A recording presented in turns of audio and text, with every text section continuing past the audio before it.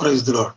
యేసుక్రీస్తు పేరిట అందరికీ ప్రేమపూర్వక వందనాలు తెలియజేసుకుంటూ, ప్రియ సహోదరులారా, ఈ సమయంలో కాసేపు దేవుని వాక్యాన్ని మనందరం ధ్యానించుకుందాం. పరిశుద్ధ గ్రంథంలో నుంచి అపోస్తలుల కార్యములు 12వ అధ్యాయము 1వ వచనం నుంచి మనం చదువుకుందాం. దాదాపు అదే కాలమందు రాజైన హేరోదు సంఘపు వారిలో కొందరిని బాధ పెట్టుటకు బలాత్కారంగా పట్టుకొని యోహాను సహోదరుడైన యాకోబును ఖడ్గంతో చంపించడం ఇది యూదులకు ఇష్టమైన కార్యమని తెలుసుకొని పేతురును కూడా పట్టుకొనెను. ఆ దినములు పులియని రొట్టెల పండగ దినములు. అతనిని పట్టుకొని చెరసాల్లో వేయించి పస్కా పండుగ అయిన పిమ్మట ప్రజల యొద్దకు అతన్ని తేవలనని ఉద్దేశించి అతన్ని కావలి అందుంచుటకు 4 చతుష్టయముల సైనికులకు అతన్ని అప్పగించారు. దేవుడు ఈ వాక్యం మనందరి వినికిడిలో దీవించి ఆశీర్వదించునుగాక.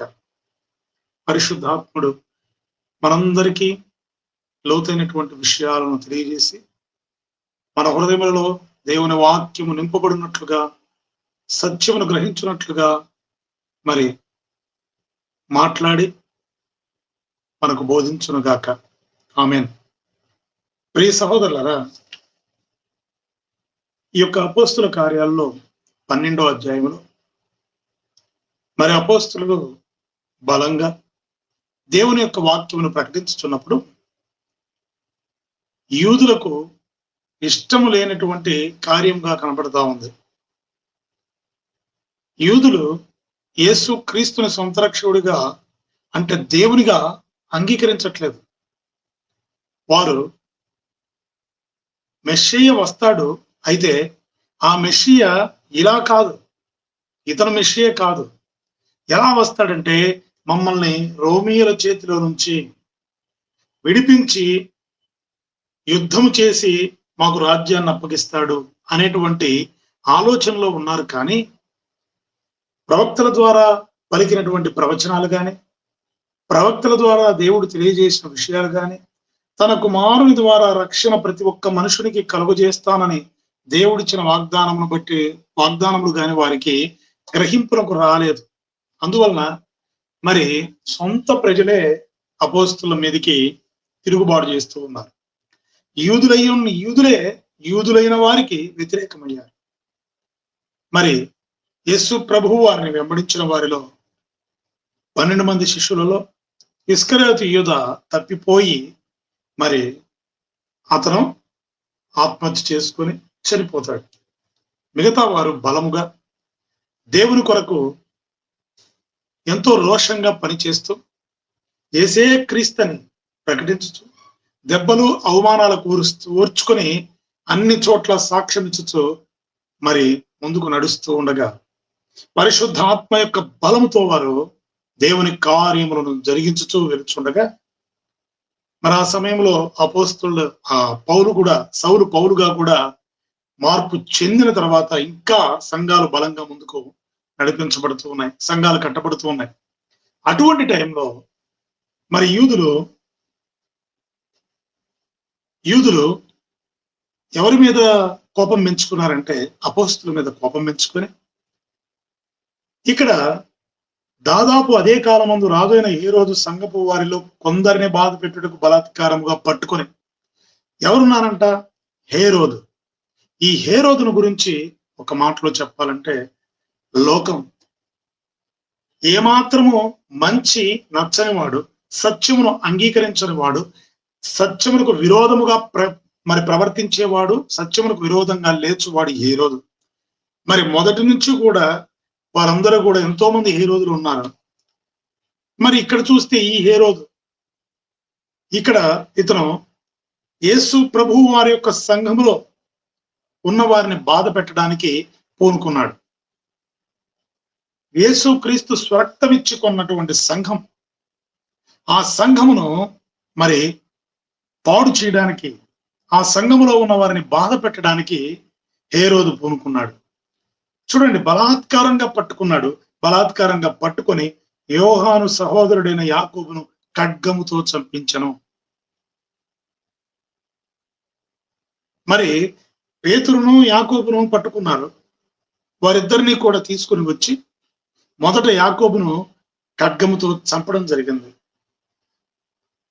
యాకోబు హతసాక్షిగా చనిపోయిన తర్వాత పేతురును కూడా పట్టుకొని, మరి పండగ దినాల్లో మరి మనం ఎవరికి శిక్ష వేయ తగదని, ఆ యొక్క రోజుల్లో పస్కా పండగ అయిపోయిన తర్వాత శిక్షించాలి, చంపాలి అని తలచి పేతురుని చెరసాల్లో వేసి 4 చతుష్టయముల సైనికులు అంటే 16 మంది సైనికులకు పేతురుని అప్పగించడం జరిగింది.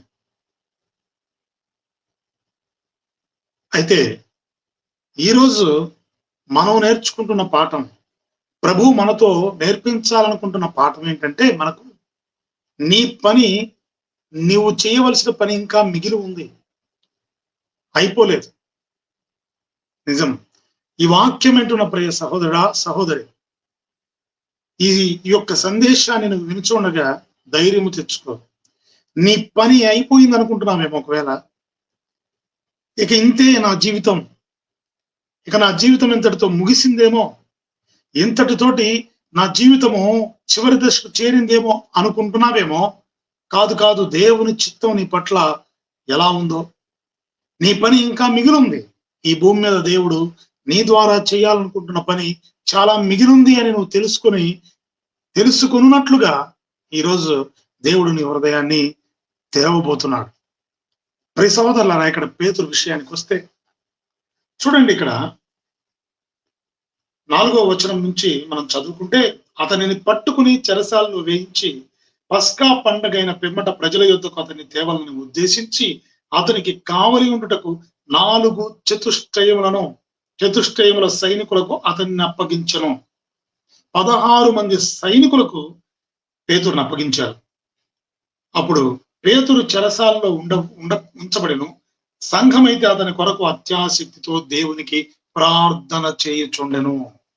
ప్రియ సహోదరులారా, మరి యేసుప్రభు వారిని వెంబడించిన వారిలో పెద్దవాడు అనేక ప్రశ్నలతో మనందరికీ జవాబులను ప్రభు దగ్గర నుంచి మరి మనకు అందరికీ తెలియనట్టుగా అనేక ప్రశ్నలు సంధించిన వాడు, మరి నీదిగో నీవే నీ మీద నువ్వు కేఫా రాయివి, నీ ద్వారా నేను సంఘాన్ని కడతాను అని ప్రభువు ఎవరినైతే ఎన్నుకున్నాడో ఆ యొక్క పేతురుని ఇప్పుడు చెరసాల్లో వేశారు.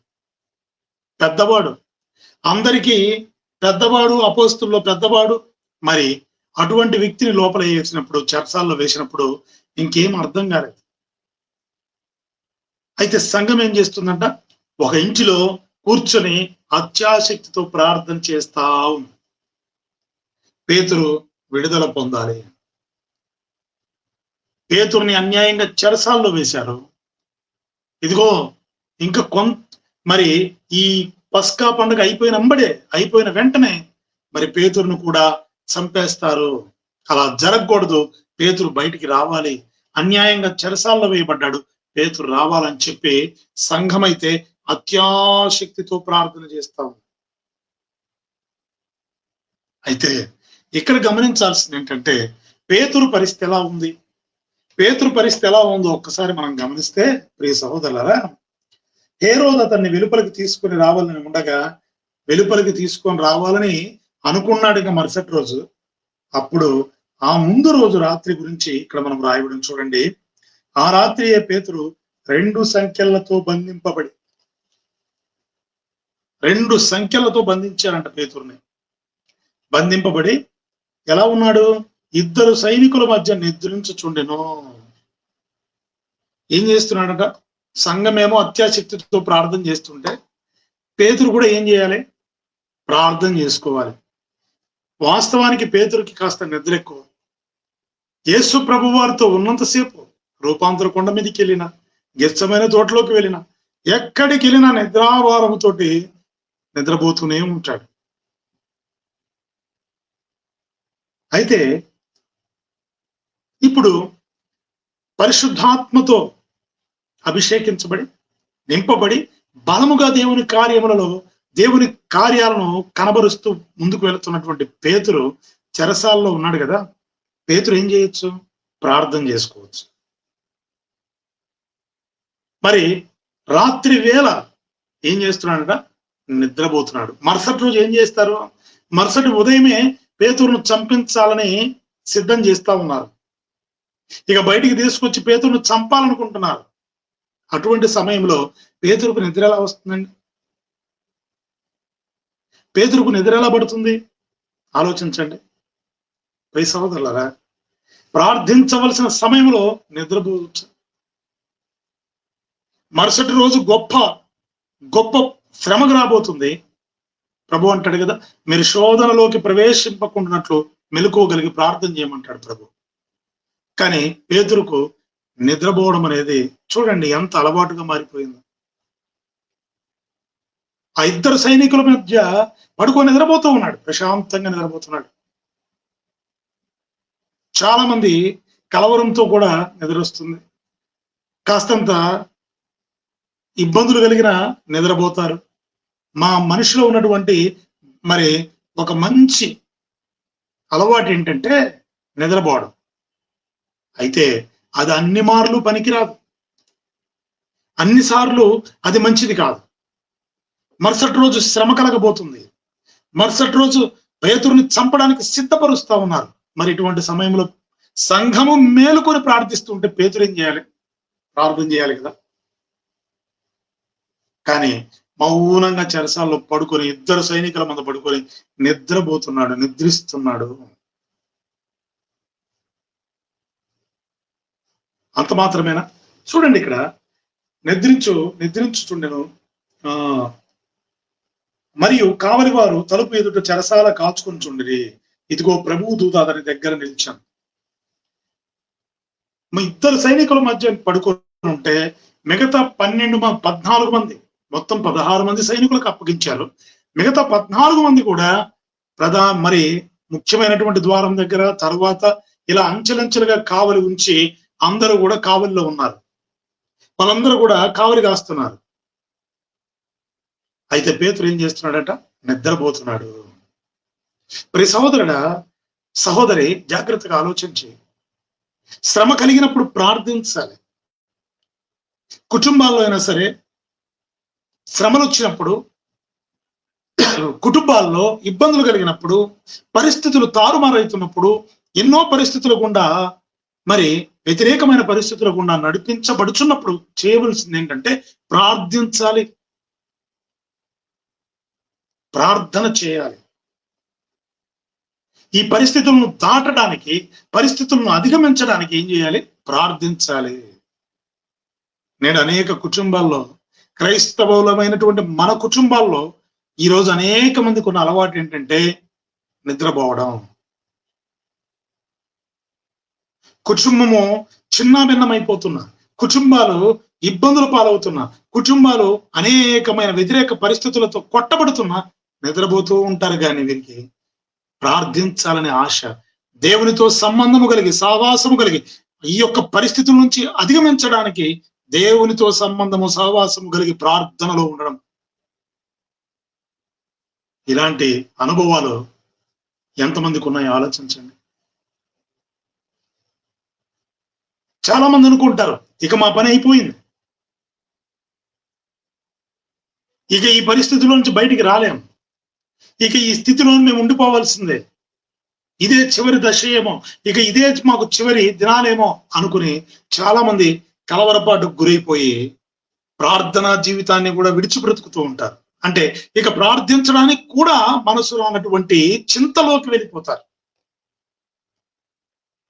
మనిషి జీవితంలో 2 విషయాల్లో జాగ్రత్తగా ఉండాలి. 2 విషయాల్లో మనం పరిశీలిస్తే, ఒకటి చితి, అంటే మనిషి చనిపోయిన తర్వాత పేర్చి కాల్ చేస్తారు కదా, ఒక్కసారి కాల్చి చంపేస్తారు చనిపోయిన వాడిని. కానీ చింత అనేది మనిషి బ్రతికున్నప్పుడే దినదినము మానసికంగా, శారీరకంగా మనిషిని కృషించేటట్టుగా చేసి మనిషిని ఎంతో దారుణమైనటువంటి బలహీనమైన స్థితిలోకి నడిపిస్తుంది చింత అనేది. అందుకే చింత కంటే చితి మేలు. ఒక్కసారి చనిపోయి వాడు తగలబడిపోతాడు. కానీ బ్రతికున్నవాడు ఈ చింతతోటి ప్రతిరోజు తగలబడిపోతుంటాడు. కాబట్టి మీ చింత యావత్తు దేవునిపై మోపండి. మీ చింత యావత్తు ప్రభుపై మోపి ఆయనపై చింత మోపి మౌనంగా చింతించకుండా జీవితాన్ని గడపాలంటే ఎక్కువ సమయం దేవునితో గడపాలి. ఏ కుటుంబంలో అయితే ఎక్కువ సమయము దేవునితో గడపడానికి ఇష్టపడతారో, ఏ కుటుంబంలో అయితే ఎక్కువ సమయము దేవునితో సహవాసంలో ఉండడానికి ఇష్టపడతారో, ప్రార్థనలో ఉండడానికి ఇష్టపడతారో, ఆ కుటుంబంలో చింత అనేది ఉండదు. కానీ ఏ కుటుంబంలో అయితే నిద్ర మత్తు కలిగి ఉంటారో, ఏ కుటుంబంలో అయితే ఆత్మీయ జీవితం అనేది డౌన్ లోకి వెళ్ళిపోతుందంటే అర్థం ఏంటంటే నిద్రమత్తు కలిగి ఉంటారు ఆ కుటుంబాలు. అనేక రకాలైనటువంటి పరిస్థితులు కొట్టబడుతున్నా, అనేకమైన వ్యతిరేకమైన పరిస్థితులు ఎదురవుతున్నా, కుటుంబం అంతా చిన్నాభిన్నవుతున్నా, కుటుంబ నావ కొట్టుకొని పోతున్నా సరే నిద్రమత్తులో నుంచి బయటికి రారు చాలా మంది. ఒకటి శరీర సంబంధమైన నిద్ర అయితే, రెండు ఆత్మ సంబంధమైనటువంటి మెలకువ కూడా ఉండదు చాలా మందికి. అలా మెలకువ ఉండాలంటే దేవునితో సహవాసం చేయాలి. అందుకే చాలా మంది సమస్యలు రాగానే, పరిస్థితులు వ్యతిరేకం అవగానే, చల్లా చెదిరిన పరిస్థితులు ఎప్పుడైతే చుట్టుముడతాయో ఇక మా పని అయిపోయింది, ఇంకేముంది, దేవుడు మమ్మల్ని విడిచిపెట్టాడు, ఇంకేముంది, మేము బ్రతికి ఏం సాధించాలి, ఇంకేముంది, మా జీవితం అయిపోయింది. కాదు కాదు. ఎలాంటి పరిస్థితులు నడుమైనా సరే, సింహాల మధ్యలో ఉన్నా సరే, చుట్టూ సింహాలు ఉన్నా సరే, ప్రార్థనా జీవితం కలిగి ఉన్న వ్యక్తిని అవేమీ చేయలేవు. ఎన్ని శ్రమల మధ్య ఉన్నటువంటి పరిస్థితుల మధ్య కుటుంబం నలిగిపోతున్నా, ఆ కుటుంబంలోని వ్యక్తులు ప్రార్థనా పరులైతే వారిని ఆ శ్రమలు ఏమీ కృంగదీయలేవు. సహోదరుడా సహోదరి, ఆలోచించండి. నీ పని అయిపోలేదు. జాగ్రత్తగా నువ్వు పరిశీలించి, దేవుని చిత్తం ఏమిటో సరిగా పరీక్షించి, దేవునితో సంబంధము, దేవునితో సహవాసము కలిగి ప్రార్థనా జీవితంలో నువ్వు కట్టబడితే, నీ కుటుంబం ప్రార్థనలో కట్టబడితే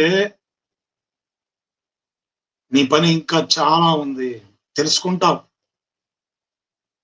అపవాది భయపెడుతుంటాడు, వాడు కలవరాలు పుట్టిస్తాడు, గందరగోళానికి గురి చేస్తాడు, ఒక్కొక్కరు ఒక్కొక్క రకమైన చింతకు గురయ్యేటట్టు చేస్తాడు, కుటుంబంలో అసమాధానాన్ని తీసుకొస్తాడు, ఐకమత్యాన్ని చెరిపేస్తాడు. దేవుని సన్నిధి కుటుంబంలో లేకుండా తొలగించడానికి వాడు ఎన్నో ప్రయత్నాలు చేస్తాడు. అది కనుగొనాలంటే కుటుంబం ఎప్పుడు మెలకువతో ఉండాలి. ఆ విషయాలను కనుగొనాలి అంటే ప్రార్థనా జీవితం అవసరం, దేవునితో సహవాసం అవసరం.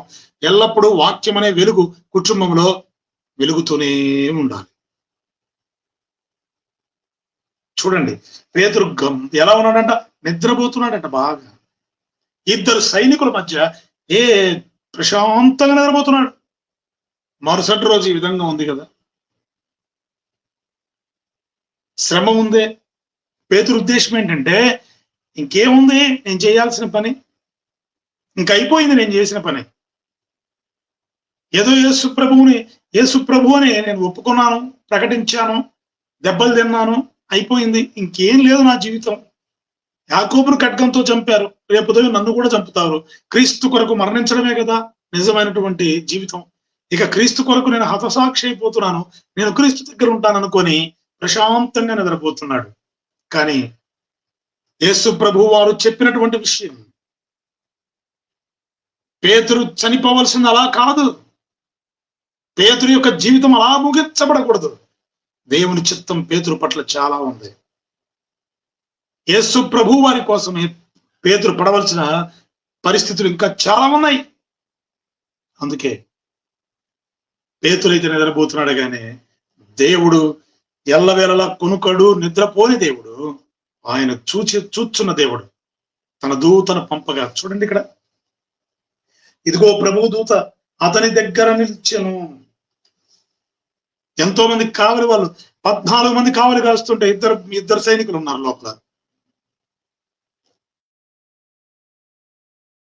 నిద్రపోతూ ఉంటే ప్రభువు దూత అతని దగ్గర నిలిచాను.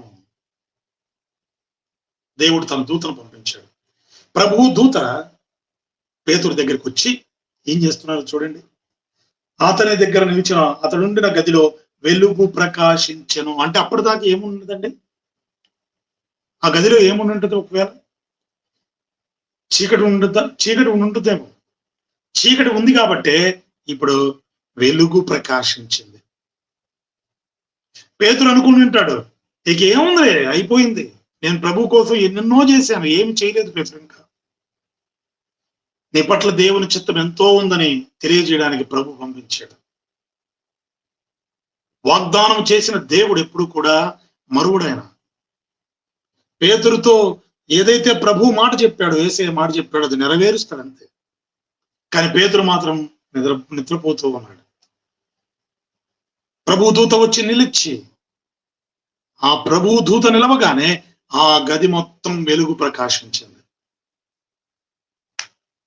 ఇక జీవితం అయిపోయింది. మరుసటి రోజు యేసు ప్రభు కోసం నేను హతసాక్షిగా మారిపోతాను. యాకోబును చంపారు, నేను కూడా క్రీస్తు కొరకు చనిపోబోతున్నాను అనుకున్నాడు పేతురు. కాదు కాదు, నీ అపోహలు, నీ ఆలోచనలు కానే కాదు, అవన్నీ నిజం కాదు. నీ పని చాలా మిగిలింది. ఇంకా ఆ వెలుగు ప్రకాశించగానే చూడండి, ఆ గదిలో వెలుగు ప్రకాశించను. దూత పేతురు పక్కన తట్టి, సోదరులారా, మన ఇంటిలో వెలుగు ఉందా? ఎవరైతే కుటుంబ ప్రార్థనను ఎప్పుడూ కూడా ఇంటిలో కుటుంబ ప్రార్థన 2 పూట్ల, ఉదయము సాయంత్రము 2 పూట్ల కుటుంబ ప్రార్థన ఏ కుటుంబంలో అయితే జరుపుకుంటారో, ఎక్కువ సమయం దేవునితో సమయం గడుపుతారో, తమకున్న సమయాలలో దేవునికి ఎక్కువ ప్రాధాన్యత ఇస్తారో, అటువంటి కుటుంబంలో వెలుగు ప్రకాశిస్తుంది. వారి విజన్ క్లియర్ గా ఉంటుంది. వారి యొక్క దిశా నిర్దేశం క్లియర్ గా ఉంటుంది. వారి గురి గమ్యం ఎప్పుడు కూడా ఖచ్చితంగా ఉంటుంది, ఖచ్చితంగా కనబడుతుంది. అయితే వెలుగు లేని చోట ఏముంటుందంటే చీకటి ఉంటుంది. ఎవరైతే ప్రభుతో సహవాసం చేయరో, ఎవరైతే కుటుంబ ప్రార్థన ఏ కుటుంబంలో అయితే ఉండదో, ఎవరైతే ఎక్కువ సమయం దేవునికి ప్రాధాన్యత ఇవ్వరో, తమ జీవితాల్లో దేవునికి ప్రాధాన్యత ఇవ్వరో, వారి కుటుంబాల్లో ఏముంటుందంటే వెలుగుకు బదులుగా చీకటి ఉంటుంది. అలాంటి కుటుంబాల్లో వచ్చే మాటలు ఏంటంటే, మా జీవితం ఇంకా అయిపోయింది, ఇంకెందుకు బ్రతకడం, ఇంకేం సాధించాలని, ఇదిగో ఆ సమస్య వచ్చింది, ఇదిగో ఈ సమస్య వచ్చింది, ఇదిగో వాళ్ళు వస్తున్నారు, ఇదిగో వీళ్ళు వస్తున్నారు, శత్రు భయం, ఎన్నెన్నో రకాల భయాలు, కలవరాలు ఎందుకున్నాయి నీ జీవితంలో, నీ కుటుంబంలో అంటే నీ కుటుంబంలో యేసు ప్రభువుకు స్థానం లేదన్న సంగతి తెలుసుకోవాలి. అందుకే నీ పని అయిపోయిందని అపవాది నిన్ను కలవర పెడతా ఉంటాడు. చుట్టూ శ్రమలు తీసుకొస్తాడు, చుట్టూ భయాలను తీసుకొస్తాడు, చుట్టూ శత్రువులు నిలబెడతాడు వాడు. ఎందుకంటే ఇక నీ పని అయిపోయింది అని నీకు నువ్వుగా అనుకుని నీవు ఏమవ్వాలి, అయితే గీతే పాపంలోకి వెళ్ళిపోవాలి ఆ పరిస్థితులను అధిగమించడానికి, లేదా నువ్వు చచ్చిపోవాలి లేదా పారిపోవాలి. ఆ విధంగా చేయడానికి వాడు ఎన్నో రకాల పన్నాగాలు పన్నుతాడు. ఇక నిన్ను బలహీనుడిగా మార్చి, విశ్వాసంలో బలహీనుని చేసి, దేవుని వైపు చూడనివ్వకుండా కలవరపాటు గురి చేయాలని వాడు తీసుకొచ్చే ఆ పరిస్థితులను నీవు ఎదిరించగలగాలంటే వెలుగుండాలి నీ కుటుంబంలో. వెలుగుతో చీకటికి ఏం పని? వెలుగుకు చీకటితో ఏం పని? వెలుగున్న చోట చీకటి ఉండలేదు. కాబట్టి ఎప్పుడైతే కుటుంబాల్లో కుటుంబ ప్రార్థన ఉంటుందో, ఎక్కువ సమయం దేవునికి ప్రాధాన్యత ఇస్తారు, దేవుని వాక్యం ప్రతి ఒక్కరూ ఆ కుటుంబంలో ఉన్న వాళ్ళు ధ్యానిస్తూ ఉంటారో, అటువంటి కుటుంబంలో చింత ఉండదు, కలవరాలు ఉండవు, భయం ఉండదు. దేవుడు తమ పట్ల ఏ ప్రణాళిక కలిగి ఉన్నాడో వాళ్ళకు ఖచ్చితంగా తెలుస్తుంది. అపవాది ఆ ఇంటిని చేరలేడు. ప్రియ సహోదరులారా, ఇంతకీ మీ ఇంటిలో వెలుగుందా? మన ఇంటిలో వెలుగుందా? ఆలోచన చేయండి. ఈరోజు కుటుంబ ప్రార్థన చేసుకోవడానికి, ఈరోజు కుటుంబాల్లో కుటుంబ ప్రార్థనకు నోచుకోనటువంటి కుటుంబాలు వేలకు లక్షల్లో చూడొచ్చు. మనం కుటుంబ ప్రార్థనలు క్రమంగా జరిపే వాళ్ళను వేళ్ల మీద లెక్క పెట్టచ్చు. ఆదివారాలు మందిరాల్లో కనపడతారు, ప్రత్యేక ప్రార్థనలో కనపడతారు, కూడికల్లో కనపడతారు, ఎక్కడ ప్రార్థన ఉన్నా పరిగెడతారు. కానీ తమ కుటుంబాన్ని వెలుగుతో నింపుకోలేని వారు, చూసారా ఎంత దౌర్భాగ్యమో. ఎక్కడికెక్కడికో పరిగెడుతున్నావు మంచిదే, ఎక్కడికెక్కడికో వెళుతున్నావు మంచిదే, మరి నీ కుటుంబాన్ని ప్రార్థన జీవితంలో కట్టుకోలేకపోతే నువ్వెక్కడికి వెళ్ళినా యేసు ప్రభు నీతో పాటు నీ ఇంట్లోకి రాడు కదా, వెలుగు ఉండదు కదా. ప్రియ సహోదరుడా, ఆలోచించి ఇక్కడ చూడండి, ప్రభువు దూత వచ్చి పేతురు పక్కన తట్టి,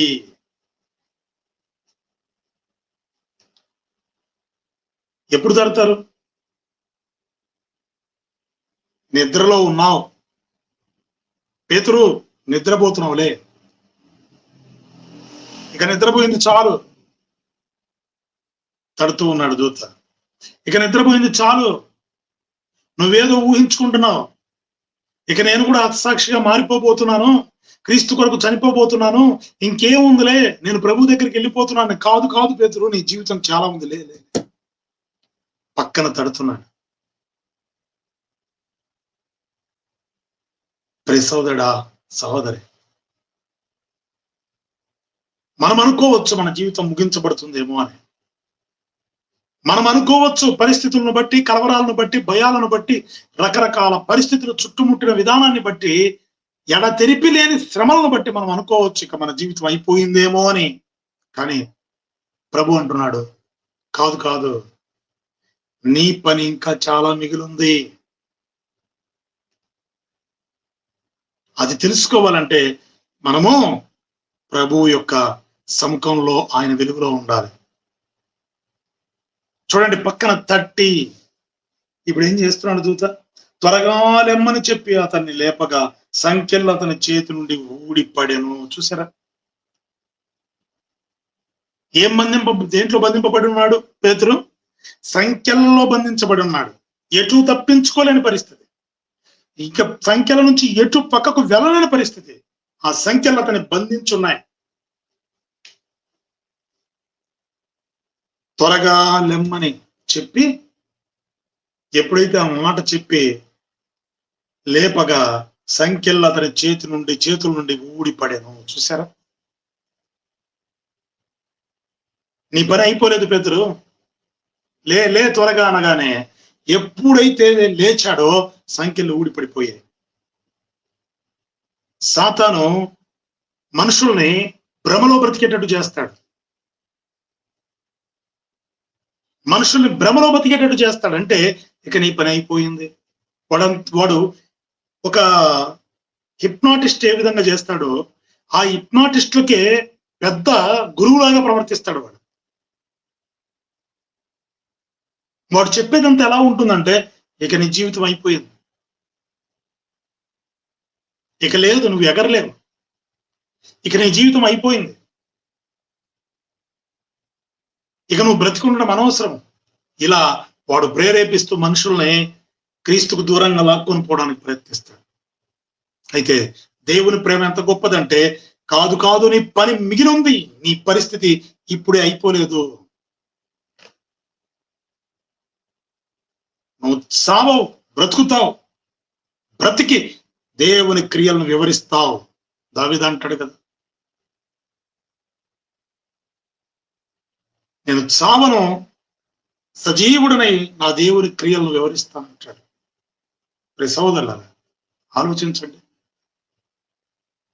ఈరోజు ఏ స్థితిలో నువ్వు ఉన్నావో, ఏ కట్ల మధ్య బంధింపబడి ఉన్నావో, ఏ కట్ల చేత నువ్వు మరి బాధపడుతున్నావో, ఏ పరిస్థితిలో నువ్వు గందరగోళానికి గురవుతున్నావో, ఈరోజు ప్రభువు చెప్తున్న మాట, నీ బంధాలు, నీ ఆ యొక్క కట్లు, ఆ యొక్క ఏవైతే బంధింపబడి ఉన్నాయో అవన్నీ కూడా ఊడిపోబోతున్నాయి. అయిపోలేదు నీ పని. ఏ స్థితిలో నువ్వు పడున్నా దేవుడు నిన్ను ప్రేమించి చెప్తున్న మాట ఏంటంటే, ఇదిగో ఇక నీ పని అయిపోయింది అనుకొని పాపపు కట్ల మధ్య లేక అపవాది కట్ల మధ్య నువ్వు పడున్నావేమో, ఆ కట్లను నేను త్రెంచి వేయబోతున్నానని ప్రభువునికి సెలవిస్తా ఉన్నాను. ప్రియ సహోదరుడా, జీవితంలో ప్రభు కొరకు బ్రతకాల్సిన వయస్సు నీకు ఇంకా ఎంతో ఉంది. కాబట్టి ఇక్కడ చూడండి, పేతురు పక్కన తట్టి, ఎప్పుడైతే దూత పక్కన తట్టి త్వరగా లెమ్మని చెప్పగానే, అప్పటిదాకా పడుకొని నిద్రపోతూ ఉన్నాడు, ఇంకా పని అయిపోయిందని. ఎప్పుడైతే లేచాడో చూడండి, ఎప్పుడు కూడా పడిపోయే స్థితిలో ఉండకూడదు. మనం లేచి నిలబడే స్థితిలోకి రావాలి. దేవుడు లేపి నిలబెడతాడు, అపవాది కింద పడేస్తాడు.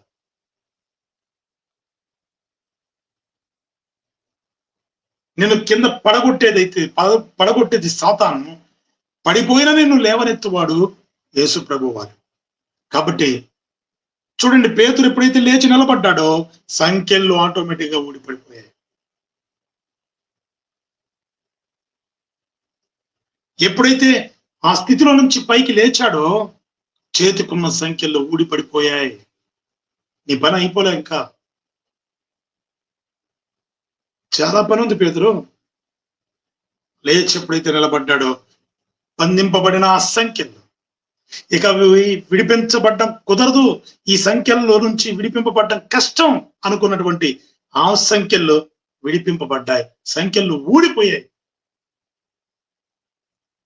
సహోదరుడా, సహోదరు, నువ్వే సంఖ్యల మధ్య బంధింపబడి ఉన్నా, పడిపోయిన స్థితిలో ఇక నేను లేవలేనేమో, ఇక నా కుటుంబం పైకి ఎదగదేమో, ఇక నా కుటుంబం ఇంకా ఈ స్థితిలో ఉండిపోవాల్సిందేమో అని నువ్వు అనుకుంటే, ఈ రాత్రి ప్రభు చెప్తున్న మాట, పడిపోయిన దావీదు గుడారాలను తిరిగి కట్టించే దేవుడు పడిపోయిన స్థితిలో ఉన్న నీ కుటుంబాన్ని లేపి బాగుగా నిలవబెట్టబోతున్నాడు. ప్రియ సోదరుడు, ఆలోచించు. అయితే నువ్వు చేయాల్సిందేంటి? నీ కుటుంబంలోనికి యేసు ప్రభువును ఆహ్వానించాలి. ఇప్పటికైనా సరిదిద్దుకొని నీ హృదయంలో ప్రభువుకు స్థానం ఇచ్చి, నీ కుటుంబంలోనికి ప్రభువును ఆహ్వానించి, ఆయనకి ఇష్టమైన రీతిలో కుటుంబాన్ని చక్కగా కట్టుకోగలిగితే, పడిపోయిన నువ్వు లేచి నిలబడతావు. ఏ స్థితిలో నీ కుటుంబం కట్టబడిందో, ఏ స్థితిలో నీ ఆత్మీయ జీవితం కట్టబడిందో, ఆత్మీయ జీవితం దిగజారుతుందో దేవుడు మరలా బాగు చేయబోతున్నాడు. కాబట్టి ఇక్కడ చూడండి, పేతురు లేచి నిలబడగానే సంఖ్యలు చేతుల నుండి ఊడిపోయాయి. అప్పుడు దూత అతనితో, నీవు నడుము కట్టుకొని చెప్పులు తొడుక్కొనమనెను. అంటే పేతురు ఏం చేశాడు? ఇక ఎలాగూ రేపు పొద్దున మరి ఉదయం తెల్లవారగానే ఏ రోజు పిలిపిస్తాడు, మరి ఖడ్గంతో నన్ను కూడా చంపిస్తాడు. యేసు ప్రభు కొరకు నేను చనిపోయాననే ఆనందం, మరి నేను హతసాక్షిగా ప్రభు కొరకు చనిపోతే ప్రశాంతంగా ప్రభు దగ్గర ఉంటాను, అమ్మయ్య ఇంకా అయిపోయి, ఇంకా ఈ జీవితం ఇక చాలించడమేలే అనుకున్నాడు. అందుకోసమే నడుముకు ఉండవలసిన బట్టను పక్కన పెట్టాడు, చెప్పులు కాళ్ళకు ఉండవలసినవి పక్కన విడిచిపెట్టాడు. ఒక రకంగా ఆత్మీయ అర్థం చూస్తే, యేసు ప్రభు వారు అంటారు కదా, మీ నడుములు కట్టుకోండి అనగా మీ మనస్సులను దృఢపరచుకోండి. ఎన్నో మార్లు చెప్పుకున్నాం, శరీరానికి, మనిషి యొక్క శరీరము దృఢంగా ఉండాలి, ఒక వ్యక్తి బలంగా ఉండాలి, నిలబడి ఉండాలి, ఆ వ్యక్తి పని చేయగలగాలి అంటే నడుము అనేది ఎంతో ముఖ్యమైనది. ఒకవేళ ఆ వ్యక్తి నడుము విరిగిపోయింది అనుకోండి, జీవితాంతము పడుకునే స్థితిలోనే ఉంటాడు. ఇప్పుడు పేతురు ఎందుకు పడుకొని ఉన్నాడు చూడండి. ఆత్మీయంగా ఎదిగేటప్పుడు మనసు అనే నడుమును బిగించాలి. నడుము అంటే మనస్సు. ఈ మనసు కలవర పెడుతుంది. ఇంకేముందిలే, రేపు నువ్వు కూడా చచ్చిపోబోతున్నావు, నువ్వు కూడా యేసు ప్రభువు కోసం చచ్చిపోబోతున్నావు. సాతాను ఇలా కూడా ప్రేరేపిస్తారు చాలా మందికి. వాడు ఇలా కూడా ప్రేరేపిస్తాడు. అంటే నిన్ను చంపడానికి నిన్ను నువ్వే అప్పగించుకునేటట్టు చేస్తాడు వాడు. దేవుని నిమిత్తం, దేవుని చిత్త ప్రకారం హతసాక్షి అవ్వడం వేరు, ప్రభు నిమిత్తం చనిపోవడం వేరు. కానీ మనల్ని బలహీనులుగా చేసి మనం డిసైడ్ పోయే విధంగా చేయడం సాతాను గాడికి ఏ విధంగా వాడు ప్లాన్ చేస్తాడో చూడండి. మనసు అనేది, మన శరీరంలో మనస్సును వాడు వాడుకోవడానికి ప్రయత్నిస్తాడు. అందుకే యేసు ప్రభు వారు అంటారు, మీ నడుములు కట్టుకోండి, మీ మనస్సులను స్థిరపరచుకోండి, మీ మనస్సులను నిబ్బరంగా మీరు ఏం చేయాలంట, వాక్యంతో బిగించాలి. అటు ముందుకు వెళ్ళనీయకూడదు, అటు వెనక్కి వెళ్ళనీయకూడదు. ఎప్పుడు స్థిరబుద్ధి కలిగి క్రీస్తులో నిలబడాలి. ఎంత పెద్ద సమస్యలు ఎదురైనా, ఎలాంటి పరిస్థితుల మధ్య నువ్వు వెళ్తున్నా, ఎలాంటి ఒడిదుడుకులు వచ్చినా, చుట్టూ ఎన్ని శ్రమలు వచ్చినా, ఎన్ని ఇబ్బందులు వచ్చినా, నీ మనస్సు స్థిరబుద్ధి కలిగి క్రీస్తు వైపు చూడగలిగితే సమస్తము దేవునికి సాధ్యమే, అన్ని దూరం అయిపోతాయి.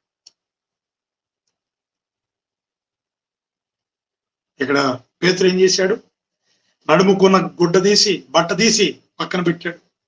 ఆత్మీయ అర్థంలో చూస్తే మనస్సు ఏమైపోయింది? చలించిపోయింది. నిబ్బరం కలిగి ఉండాల్సిన పేతురు నిబ్బరమైన మనస్సు కలిగి, నిబ్బరమైన బుద్ధి కలిగి, మంచిగా మనస్సును కట్టుకునే మనస్సును, నిబ్బరమైన మనస్సుతోటి దృఢంగా ఉండాల్సిన వాడు ఆ నడుముకు ఉండాల్సింది ఏం చేశాడు? పక్కన పెట్టాడు. సర్వ సృష్టికి వెళ్ళి సువార్తను ప్రకటించే బాధ్యత పేతురు మీద దేవుడు ఉంచితే చెప్పులు విడిచిపెట్టాడు పక్కన. సువార్త వలన సిద్ధ మనసు కలిగిన జోడు చూసారా?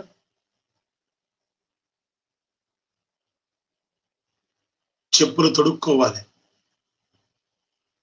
సువార్త వలన సిద్ధ మనసు కలిగిన జోళ్ళు,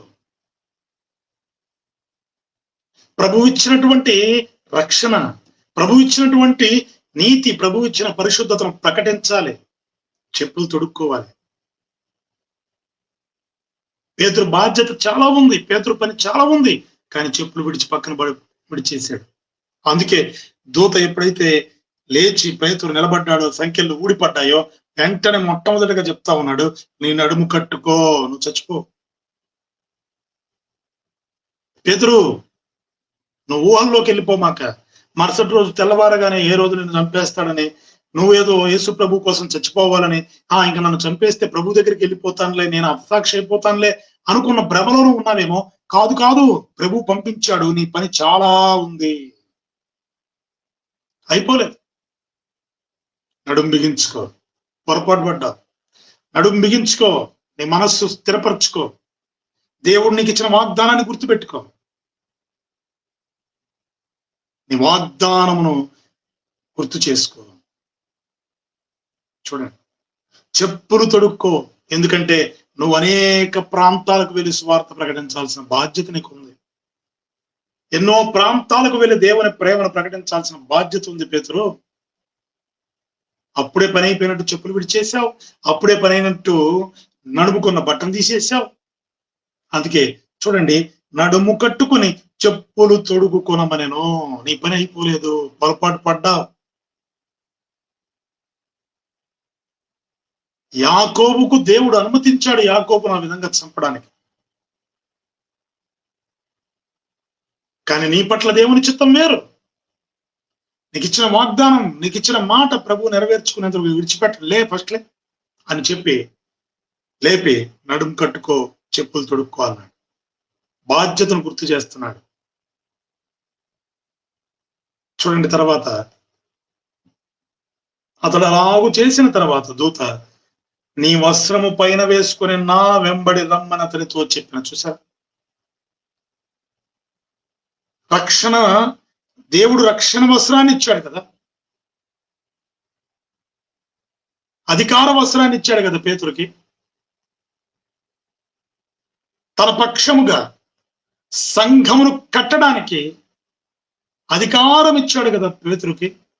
పాతాళ ద్వారపు, ఇదిగో పరలోకపు తాళపు చెవులు నీకు ఇస్తున్నాను అన్నాడు కదా. సంఘము ఎదుట ఏది కూడా నిలబడలేదని చెప్పాడు కదా. అటువంటి పేతురు ఏమైపోయాడండి చివరికి? పై వస్త్రం తీసి పక్కన పెట్టాడట. వస్త్రం తీసి పక్కన పెట్టేసుకున్నాడు, ఇక అయిపోయిందిలే.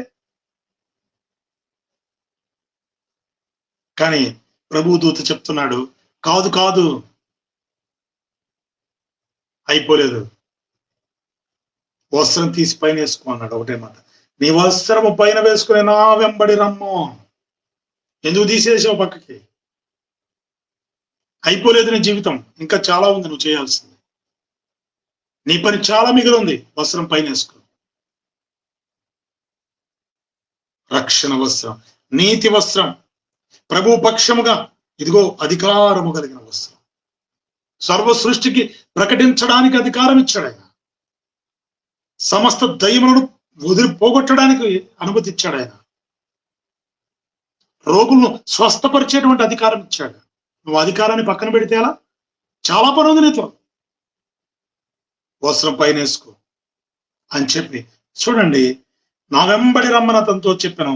అతడు వెలుపలికి వచ్చి దూత వెంబడి వెళ్ళి దూత వలన జరిగినది నిజముగా జరిగినని గ్రహింపక. ఎక్కడికి తీసుకొచ్చాడు? దూత చిన్నగా వెలుపలికి తీసుకొచ్చాడు. ఎక్కడున్నాడు అప్పటిదాకా? చెరసాలలో ఉన్నాడు. ఇక జీవితం అయిపోయిందిలే అనుకున్నాడు, ఇక జీవితం ముగించబడింది అనుకున్నాడు. కానీ ఆ చెరసాలలో నుంచి ప్రభువు తన దూతను పంపించి పేతురును బయటికి తీసుకొచ్చాడు, వెలుపలికి తీసుకొచ్చాడు.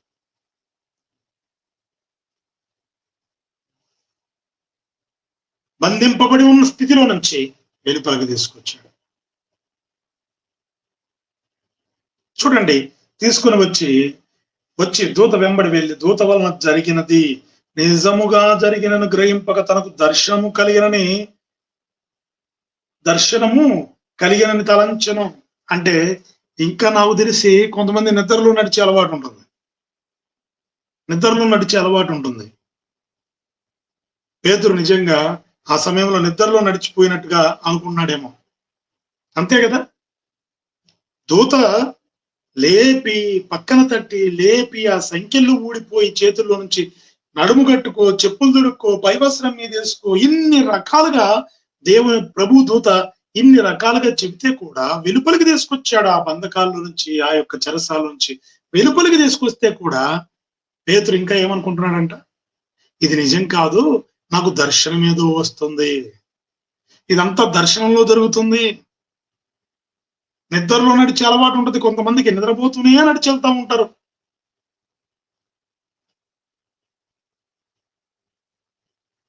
నిజంగా కొంతమంది పోయి ఎక్కడికి వెళ్తున్నాడు ఇతను అనుకుంటారు, కానీ అతను నిద్రపోతూ నడిచి వెళ్తా ఉంటాడు. పేతురు పరిస్థితి చూడండి. ఇంత జరిగితే ఇంకా అతనికి ఏం కలగలేదు, రియలైజ్ అవ్వట్లా, ఇది నిజం కదా అని ఆలోచనలోకి రాలా, ఇది దేవుడు గొప్ప కార్యం చేశాడే అనుకోవట్లా. ఇదంతా దర్శనంలో జరుగుతోంది, ఇది నిజముగా జరగట్లా, దర్శనంలో జరుగుతుంది, ఇదంతా నాకు దర్శనం వచ్చింది అనుకుంటాడు. చూడండి, అలా అనుకుంటూ ఏమొచ్చాడు? గ్రహింపక తనకు దర్శనం కలిగిన తలంచను. మొదటి కావలి రెండవ కావలిని దాటి పట్టణముకు పోవు ఇనప గవిని వద్దకు వచ్చినప్పుడు, మొత్తానికి పేతురైతే ఇదంతా దర్శనం, ఇంకా నిద్రపోతున్నాను నేను, నాకు ఇంకా నిద్ర వస్తూనే ఉంది, కాకపోతే ఇదంతా దర్శనం అనుకుంటూ దేవుడు దర్శనం చూపిస్తున్నాడేమో అనుకుని పేతురు ఇంకా అలాగే ఉన్నాడు. ఆ స్థితిలోనే ఇంకా పూర్తిగా రియలైజ్ అవ్వట్లా. అయితే ప్రభు నువ్వే స్థితిలో ఉన్నా బయటికి తీసుకురాగలిగిన సమర్థుడు ఆయన. చూడండి, ప్రభు దూత పేతురుని బయటికి తీసుకొచ్చాడు. ఎలా తీసుకొచ్చాడు? మొదటి కావలి దాటారు, రెండవ కావలి దాటారు. ఎవ్వరు చూడలేదా? ఎవరు చూడలేరు కూడా. ఎందుకంటే సర్వశక్తి కలిగిన దేవుడు కార్యము జరిగిస్తున్నప్పుడు ఎవ్వరూ కూడా గ్రహింపలేరు. ఎలాంటి స్థితిలో పడి ఉన్నా సరే, ఎలాంటి బందికానాలో ఉన్నా సరే, ఆయన అనుకున్నాడు అంటే సమస్తమును జరిగించే దేవుడు ఆయన, సమస్తము నుండి విడుదల చేయగలిగిన వాడు, శోధన నుంచి తప్పించగలిగిన దేవుడు ఆయన. ఇప్పుడు పేతురు ఒకటో కావలి దాటాడు, రెండో కావలి వాళ్ళని దాటాడు. ఎక్కడికి వచ్చారట? ఇనుప గవని యొద్దకు వచ్చినప్పుడు దానంతట అదే వారికి తెరుచుకొనెను. ఎవరు తెలియదు. అప్పటికి దర్శనం అనుకుంటా ఉన్నాడు. ఇంకా మొదటి కావలిని దాటారు, దర్శనం అనుకుంటున్నాడు. రెండో కావలి వారిని దాటాడు, దర్శనం అనుకుంటున్నాడు. చూడండి, మన జీవితంలో కూడా దేవుడు ఎన్నో మార్గాలు తెరుస్తాడు. మన పరిస్థితిలో నుంచి బయటికి తేడానికి, మన స్థితిలో నుంచి బయటికి తేడానికి ఎన్నో రకాల పరిస్థితులు మన కళ్ళ ముందు కనపరుస్తుంటాడు. కానీ మనం ఏం చేస్తాం తెలుసా? ఇదంతా అవుతుందా? ఇదంతా ఎక్కడవుతుంది? ఇది ఎప్పుడు జరగాలి, అది ఎప్పుడు జరగాలి, ఇది ఎక్కడవుతుంది, అది ఎక్కడవుతుందని మనం కూడా ఎలా ఉంటాం? భ్రమలోనే ఉంటాం. కానీ దేవుడు నిజంగా మన స్థితిలో నుంచి బయటికి తీసుకురావాలని, మనం పడి ఉన్న స్థితిలో నుంచి, మనం చెరసాల స్థితిలో నుంచి వెలుపలికి తీసుకురావాలని ప్రభు ఎంతో ఇష్టపడుతున్నా మనం మాత్రం నమ్మం, అవిశ్వాసులుగానే ఉంటాం. దేవుడు కోరుచున్నది విశ్వాసం. ఆవగింజంత విశ్వాసం ఉంటే చాలు, గొప్ప క్రియలు చూస్తా ఉన్నాం, దేవుని క్రియలు. ఇనుప గవిని వద్దకు వచ్చినప్పుడు చూడండి, దానంతట అదే వారికి తెరుచుకొనెను. ఎవ్వరు తెలియదు, ఆటోమేటిక్. ఇప్పుడు చూడండి, చాలా చాలా చోట్ల ఈ మధ్య కాలంలో మరి షాపింగ్ మాల్స్ దగ్గర డోర్స్ ఆటోమేటిక్ గా తెరుచుకొని మూసుకుంటూ ఉంటాయి. అవన్నీ మిషన్లు ఉపయోగిస్తారు, సెన్సార్ ఉపయోగించి చేస్తారు కదా. ఇది 2000 సంవత్సరాల క్రితమే దేవుని మహాశక్తి. చూడండి, మనుషులు కనిపెట్టే టెక్నాలజీలు ఇలా ఉంటాయి, అవసరమైతే మూసుకొని రావు. కానీ దేవుని శక్తి చూడండి, బలమైన తలుపులను కూడా విరగ్గొట్టేటువంటి దేవుడు. ఎత్తడి తలుపులను విరగ్గొడతాడు ఆయన. బలమైనటువంటి గడియలను, ఇనుప తలుపులను పగలగొడతాడు, ఎత్తడి గడియలను విరగ్గొడతాడు ఆయన. నిజంగా మనం ఆయనపై ఆధారపడాలే కానీ, ఆయన యందు విశ్వాసం ఉంచి మనం నడవాలే కానీ, ఆయనపై దృష్టి ఉంచి మనం ఆయనతో సహవాసం చేస్తే చాలు. ఎలాంటి స్థితిలో ఇనప తలుపులనైనా విరగొడతాడు, ఇత్తడి గడియలనైనా చీల్చి పడేసి మనల్ని వెలుపలికి తీసుకురాగలిగిన దేవుడు ఆయన. మనుషులు కనిపెట్టే టెక్నాలజీ కాదు, అవి తిరిగి మనుషులకి హాని చేస్తాయి. చూడండి, ఆటోమేటిక్ గా ఆ గవిని తలుపులు తెరుచుకున్నాయి. తెరుచుకున్న తర్వాత చూడండి, దానంతట వరకు తెరుచుకున్నాం. వారు బయలుదేరి ఒక వీధి దాటిన వెంటనే దూత అతన్ని విడిచిపోయెను. ఒక వీధి దాటిపోయారు. ఇదంతా జరిగిన తర్వాత కూడా ఇంకా పేతురు ఏమనుకుంటున్నాడు? నిద్రలో నడుస్తున్నాడు.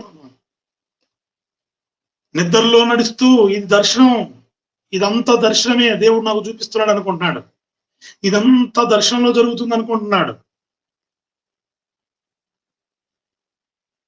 ప్రియ సోదరులారా, నీకున్న కలవరాలను బట్టో, నీకున్న భయాలను బట్టో, నీకున్న పరిస్థితులను బట్టో నిన్ను సాతాను ఆత్మీయ స్థితిలో ఎదగకుండా భయాల మధ్య, కలవరాల మధ్య బంధించి వాడు నిన్ను దేవుని యొక్క కార్యాలను చూడనీయకుండా నీ మనోనేత్రాలను మూసేస్తే, దేవుడు ఎంతగా నిన్ను బయటికి తీసుకురావాలని చూస్తున్నా నీకు అర్థం కాదు.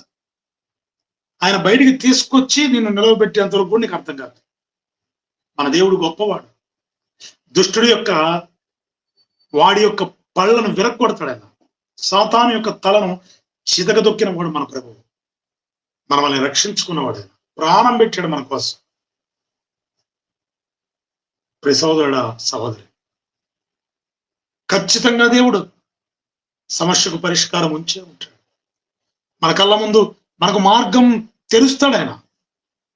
మన మనోనేత్రాలు వెలిగించబడాలి. తప్పకుండా మనల్ని వెలుపలికి రప్పిస్తాడు ఆయన. చూడండి, దూత విడిచి వెళ్ళిపోయింది. ఒక వీధి దాటిన వెంటనే దూత విడిచి వెళ్ళిపోయాడు. అప్పటి వరకు తీసుకొచ్చి, ఇక ఎప్పుడైతే పేతురుని ఒక వీధి దొరక తీసుకొచ్చి దూత విడిచి వెళ్ళిపోగానే, ఇక్కడ చూడండి, పేతురుకు తెలివి వచ్చి ఏమొచ్చింది? అంతవరకు నిద్రలోనే ఉన్నాడు అయ్యగారు. అంతవరకు దర్శనం అనుకుంటున్నాడు. ఇదంతా దేవుడు నాకు దర్శనంలో చూపిస్తున్నాడు. ఎప్పుడు సంఖ్యలు విడిపోవాలి, ఎప్పుడు నేను వస్త్రం కట్టుకోవాలి, ఎప్పుడు నడుము కట్టుకోవాలి, ఎప్పుడు చెప్పులు తొడుక్కోవాలి, 16 మంది సైనికుల మధ్య నేను ఉంటే ఈ దర్శనం కనపడుతుంది నాకు అనుకొని పేతురు అదే ధ్యాసలో ఉన్నాడు. ఎప్పుడైతే దూత అక్కడ దాకా తీసుకొచ్చి విడిచిపెట్టి వెళ్ళిపోయాడో, పేతురుకి ఏమొచ్చిందంట? తెలివి వచ్చి. చూసారా? అప్పుడు మెలకు వచ్చింది అయ్యగారికి. అప్పుడు రియలైజ్ అయ్యాడు. అప్పుడు మెలకు వచ్చి ప్రభువు తన దూతను పంపి హేరోదు చేతిలో నుండి యూదులను ప్రజలు నాకు చేయను ఉద్దేశించిన వాటన్నిటిలో నుండి నన్ను తప్పించి ఉన్నాడని ఇప్పుడు నాకు నిజముగా తెలియనని అనుకునేను. చూసారా? ఇప్పుడు అనుకున్నాడంట. అంటే అప్పటిదాకా ఏమనుకున్నాడు? తెల్లవారుతుంది, హేరోదు నన్ను చంపేస్తాడు, ఇక నేను యేసు ప్రభు కోసం సాక్షిగా తెచ్చిపోతాను, యేసు ప్రభు దగ్గరికి వెళ్ళిపోతాను, పెద్ద గొప్ప పని చేశాను నేను ఇప్పటిదాకా, ఇంకా నా పని అయిపోయింది, నా బాధ్యత అయిపోయింది అనుకొని ఇక నా జనులే నన్ను పట్టించారు, ఈ యూదులంతా తిరగబడే వాళ్ళు, చివరికి వీళ్ళు నన్ను పట్టించి ఈ విధంగా చేశారు, వీళ్ళందరూ హాని చేసేవాళ్ళు, ఇక ఎలాగో నేను తప్పించుకోలేను, ఇక ప్రభు కోసం నేను కూడా యాకోబులాగా చనిపోవాల్సిందే అని ఫిక్స్ అయిపోయాడు. అందుకే నిద్రపోతా ఉన్నాడు. ప్రియ సహోదరుడా, సహోదరి, చాలా మంది జీవితాల్లో, సేవా జీవితంలో గాని, ఆత్మీయ జీవితంలో గాని, విశ్వాస జీవితంలో గాని, చాలా మంది జీవితాల్లో ఇదే విధంగా అనుకుంటారు. చాలా మంది ఇంకేం చేస్తాంలే, ఇక అయిపోయిందిలే, మేము చేసేది ఏముంది. కాదు కాదు, నీ అంతటా నువ్వు ముగించకూడదు పనిని, దేవుడు ముగించాలి. అప్పటి వరకు నీ పని కొనసాగించాలి. నీ పని ఇంకా మిగిలింది. నువ్వే స్థితిలో ఉన్నా, ఏ పరిస్థితిలో ఉన్నా, ఎలాంటి పరిస్థితుల నడుమును ఉన్నా, ప్రభువు నీతో చెప్తున్నమాట, యేసయ్య నీతో చెప్తున్నమాట, నీ పని ఇంకా మిగిలింది, భయపడమాక. ఎవ్వరు ఏమి చేయలేదు. చూడండి ఇక్కడ, అప్పుడు అనుకుంటున్నాడు, నిజంగా నన్ను విడిపించాడు, నిజంగా విడిపించాడు, ఇప్పుడు నాకు నిజముగా తెలియదు అనుకుని ఇట్లా ఆలోచించుకున్న అతడు మార్కను మారు పేరు గల యోహాను తల్లి అయిన మరి ఇంటికి వచ్చిన అక్కడ అనేకులు కూడి ప్రార్థన చేయించుండేది. చాలు, ఇక్కడ వరకు మనం నేర్చుకుందాం. ఏం తెలిసిందంట? అనేకులు కూడి, సంఘం ఇందాక చెప్పుకున్నాం కదా, అత్యాసక్తితో ప్రార్థన చేస్తున్నాం. ఇంటి దగ్గరికి వెళ్ళాడు. ఇప్పుడు సరాసరి వారి ప్రార్థనకు జవాబు వచ్చిందా లేదా? అత్యాసక్తితో ప్రార్థన చేస్తున్న వారికి జవాబు వచ్చింది. పేతురు విడుదలయ్యాడు. ప్రభువు దూత క్షేమంగా ఆ యొక్క చెరసాల నుంచి బయటికి తీసుకొచ్చాడు కదా. దేవుడు గొప్ప కార్యం చేశాడు. ఇప్పుడు పేతురు అనుకుంటున్నాడు, నిజముగా ఇప్పుడు తెలుసుకున్నాను నేను, ఇప్పటిదాకా నిద్రలో అనుకున్నాను, ఇప్పటిదాకా నిద్రపోతూనే ఉన్నాను అనుకున్నాను, ఇంకా చెరసాల్లో, ఇంకా నేను దర్శనం అనుకుంటూనే ఉన్నా, ఇంకా నేను ఏదో సంఖ్యల మధ్యనే ఉన్నాను అనుకున్నాను. కాదు కాదు, ఇది మొత్తం కూడా నిజంగా జరిగింది. ప్రభు తన దూతను పంపి నన్ను వీరందరి చేతుల్లో నుంచి విడిపించాడని నేను నమ్ముతున్నాను. చూసారా? నిజంగా ఇప్పుడు నాకు తెలిసి వచ్చింది, తెలివి వచ్చింది. మనం కూడా తెలివి తెచ్చుకోవాలి మన జీవితాల్లో. చాలా సార్లు తెలివి లేని వాళ్ళలాగా ఉంటాం. మనం తెలివి తప్పి తిరుగుతూ ఉంటాం, తెలివి లేని జీవితంలో చిక్కుకొని ఉంటాం. మనం దేవుడు ఎంత బయటికి లాగాలని చూసినా మూర్ఖత్వంతో అలాగే ఉండిపోతాం. కానీ కృప కలిగిన దేవుడు శోధనలో నుంచి తప్పించడానికి సమర్థుడు. ఏదో విధంగా బయటికి లాగి బయటికి తీసుకొస్తాడు. ఎందుకంటే తన బిడ్డలు అలా ప్రమాదంలో ఉండిపోవడం ఆయనకి ఇష్టం ఉండదు. మరి సహోదరుడా, సహోదరి, ఈరోజు ఎలాంటి స్థితిలో నువ్వు బంధింపబడి ఉన్నా, ఎలాంటి కట్లలో నువ్వు బంధింపబడి ఉన్నా, చెరసాల వంటి జీవితంలో జీవిస్తూ ఉన్నా, ప్రభు నీకు మార్గం తెరవబోతున్నాడు, వెలుపలికి తీసుకురాబోతున్నాడు. అది నువ్వు కనిపెట్టాలి అంటే ప్రార్థన చేసి, అది నువ్వు కనిపెట్టాలంటే ప్రభువుతో సహవాసం చేయి. నిర్లక్ష్యం చేయొద్దు, భయపడవద్దు, కలవరం గురవద్దు, అసహనానికి గురవద్దు, అసంతృప్తికి గురైపోయి ప్రార్థన కూడా చేయలేని స్థితిలోకి వెళ్ళిపోవద్దు.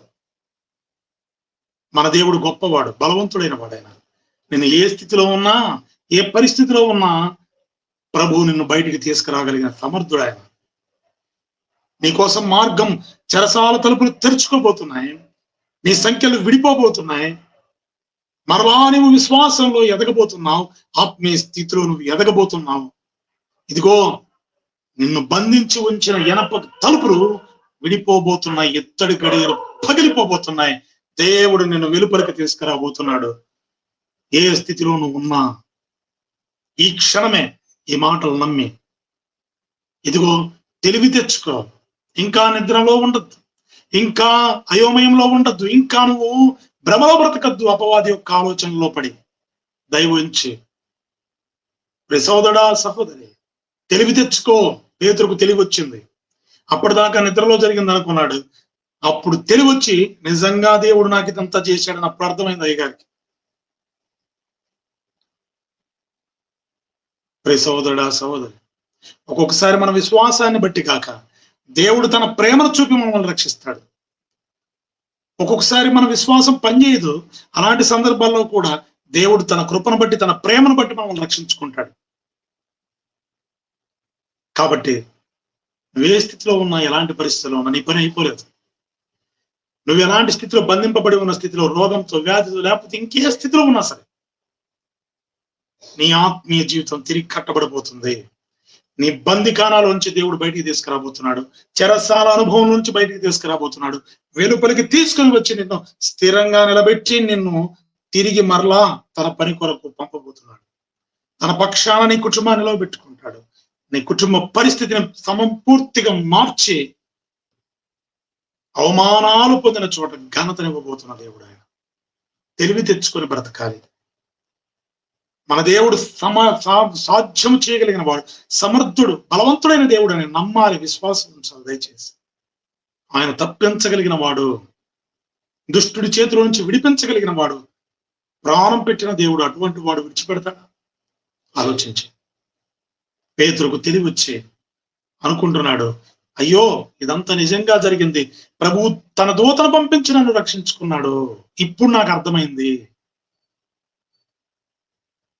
ఇప్పుడు చూడండి, పేతురు విశ్వాసాన్ని బట్టి కానే కాదు, సంఘం అత్యాసక్తితో ప్రార్థన చేస్తూ ఉండగా పేతురు నిద్రపోతుంటే దేవుడు తన బిడ్డకిచ్చిన వాగ్దానాన్ని బట్టి, పేతురికి ఇచ్చిన వాగ్దానాన్ని నెరవేర్చడానికి తన బిడ్డను బయటికి తెచ్చుకున్నాడు.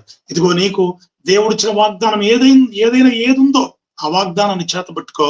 నీ వాగ్దానాన్ని నెరవేర్చేంత వరకు దేవుడు నీ చెయ్యి విడవడో. నువ్వు ఏ స్థితిలో ఉన్నా నిన్ను బయటికి తీసుకొస్తాడు. కాబట్టి తెలివి తెచ్చుకొని, ప్రభువుతో సహవాసము కలిగి, దేవునితో సంబంధం పెట్టుకొని మనము ప్రార్థనలో ఎదుగుతూ, వెలుగులో నడుచుకుంటూ, మనము ప్రతి సులువుగా చిక్కులు పెట్టి ప్రతి పాపములో ఎక్కడా కూడా చిక్కుకోకుండా క్రీస్తులో నిలిచి ముందుకు సాగాలి. అయిపోలేదు ఇంకా నీ పని, ఇంకా అయిపోయింది అనుకోవద్దు. ఇంకా నీ పని అయిపోలేదు. నీ పని చాలా మిగిలింది. దేవుడు నీ పట్ల పెట్టుకున్న ప్రణాళిక చాలా ఉంది. దేవుడు నీ పట్ల ఉన్న ఆయన చిత్తం ఇంకా చాలా ఉంది. కాబట్టి అలాంటి అసహనంలో, అలాంటి ఇక అభద్రతా భావంలో, ఒకవేళ భయం మధ్య, కలవరం మధ్య ఒకవేళ పడిపోయిన స్థితిలో అలా నువ్వు ఉంటే ఈ రోజే ప్రభు వైపు చూడు. ప్రభు చెప్తున్న మాట, ఇదిగో నిన్ను ఆ స్థితిలో నుంచి బయటికి తీసుకువస్తానని ప్రభు అంటున్నాడు. పడిపోయిన స్థితిలో నుంచి, కృంగిపోయిన స్థితిలో నుంచి, ఇక జీవితం లేదు అనుకున్న స్థితిలో నుంచి పేతురును బయటికి తీసుకొచ్చిన దేవుడు, ఇదిగో ప్రభు నిన్ను బయటికి తీసుకురాబోతున్నాడు. నీ కుటుంబాన్ని చక్కగా కట్టబోతున్నాడు. ఆయన పరిస్థితులు మొత్తాన్ని మార్చబోతున్నాడు. అవమానం పొందిన చోట ఘనత ఇవ్వబోతున్నాడు.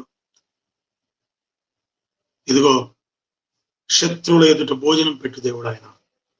కాబట్టి సోదరుడా సహోదరి, నువ్వు సేవ చేస్తున్న విశ్వాసమైన, పరిచారకుడైన ఆత్మీయ జీవితంలో నీవు ఏ స్థితిలో ఉన్నావో సరే, ఏ పరిస్థితిలో నువ్వు ఉన్నావో, ఒకవేళ బలహీనతల మధ్య ఉన్నా, ఎక్కడున్నా ప్రభు నిన్ను బలపరిచి ఇదిగో ఆ పరిస్థితిలోంచి బయటకు తీసుకొచ్చి నీ పని ఇంకా మిగిలింది అని నీకు బాధ్యత ఇవ్వబోతున్నాడు. అయితే నువ్వు చేయాల్సింది హృదయం ప్రభు వైపు తిప్పుకొని, భయపడక, బలహీనపడక ప్రార్థనలో ప్రభుకు మొరపెట్టు. తప్పక ప్రభు సహాయం చేసి నీ స్థితిని మార్చగలిగిన దేవుడు ఖచ్చితంగా మారుస్తాడు. అటు కృప ప్రభు మనందరికీ దయచేయునుగాక. Amen, amen, amen.